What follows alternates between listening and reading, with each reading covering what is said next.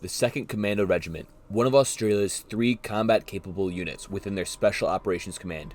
Tracing back all the way from World War II, the regiment has been trained in irregular warfare from the 90s. Born in the aftermath of 9/11, the 2nd Commando Regiment was forced for a new kind of war, a war with no front lines, no flags, and no mercy.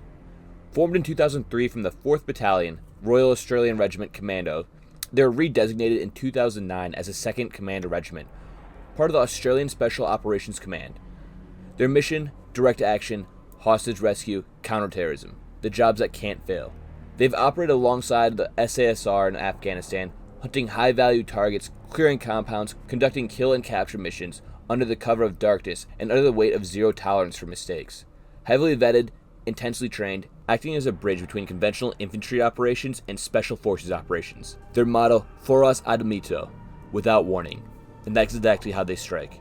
Today's video serves as a guide to an accurate depiction of the 2nd Commando Regiment, alongside with a clone-correct Colt M4 carbine tailored to be an exact replica seen by the 2nd Commando Regiment.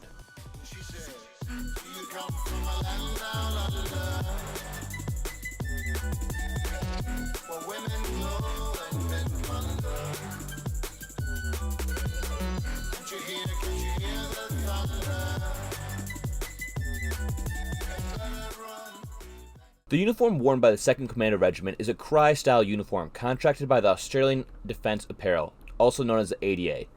As you can see here, it's in the highly sought-after AMCU pattern. These ADA-issued uniforms stay very close to the Cry Precision Design G2s, especially in areas like the pocket layout, knee pad inserts, and the soft mesh chest lining. Beyond that, there's not much else to say. These uniforms pretty much mirror what we see across most special forces. However, in quite a few photos, we do see members of the regiment swapping these for multicam Cry uniform sets. Before we go any further, I want to give a huge thanks to Operator Club on Instagram for letting me use and film today's kit, and providing the background information on it. This video honestly would not have been possible without him. Now let's talk about the helmet, which is easy to recognize. This is the Cry Precision airframe in Coyote Brown. It was designed to be significantly lighter than the ACH 2002, and it does deliver, weighing in only at 2.5 pounds. It feels great on the neck, but the price tag makes it a bit of a debate on whether it's worth it. To make this helmet look kosher, you'll need to make a few microtransactions, starting with the multicam helmet cover, also from Cry Precision. On the back, we've got an MS-2000 strobe, and on the front of that, a GoPro case, which is kosher. Now, this helmet setup is seen across multiple reference photos, making it a very solid and accurate piece for this kit. Now, on to the plate carrier. This also comes from an ADA contract. It's the T5 plate carrier in AMCU. Highly sought after in the Australian Prussian scene, the T5 sees use across multiple Australian loadouts. In my honest opinion, it's nothing wild. It feels very similar to a JPC 2.0. It's sleek and very high speed, which is great for airsoft.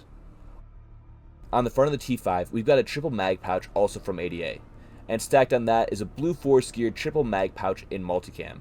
It's actually very common for members of the 2nd Ranger Regiment to swap out Auscam pouches with multicam ones. They just found to be more effective on the field. Speaking of which, we've got 2 Cry multicam radio wings, each holding a PRC 152 clone connected to the USGI Invisio Dual Comms PTT unit. And in the true Aussie tradition, there's a dump pouch from ADA, which kind of mimics a kangaroo pouch on the front. This front dump pouch seems to be fairly common across reference photos. The only other pouch on the carrier is a double mag pouch in Auscam mounted over the left radio wing. Now, while this carrier might feel a bit too high speed and a bit light on storage for your airsoft operation, the belt setup makes up for it. This belt is from Platitech. It's their SICC-LF model.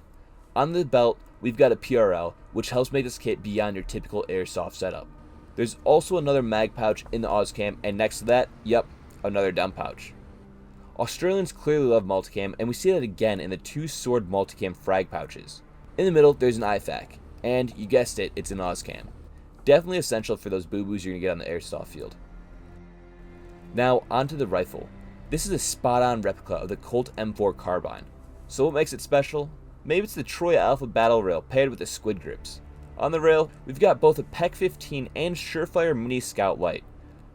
The optic is an Elcan Spectre.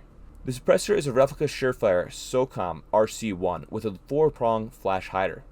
The stock is a Magpul CTR. If there's one thing I'd change on the rifle, it would be the paint job. A lot of the real M4s used by the regiment were painted in an Auscam-like pattern instead of being left in plain black. Well, that concludes today's video. Thank you so much for watching this all the way to the end, and if you guys did really enjoy it, make sure to like it.